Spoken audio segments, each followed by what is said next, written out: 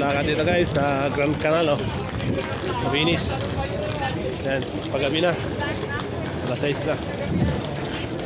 So, bago kami punta ng Slovenia, bumalik ng Slovenia, dumaan muna kami dito sa Venice.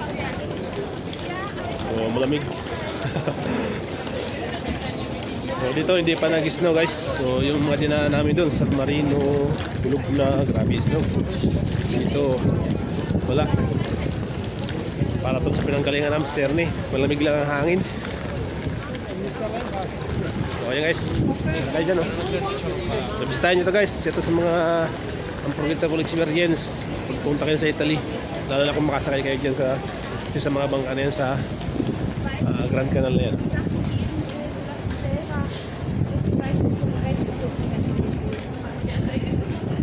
So ito sa harap natin guys, train station to. Train station dito sa Venice.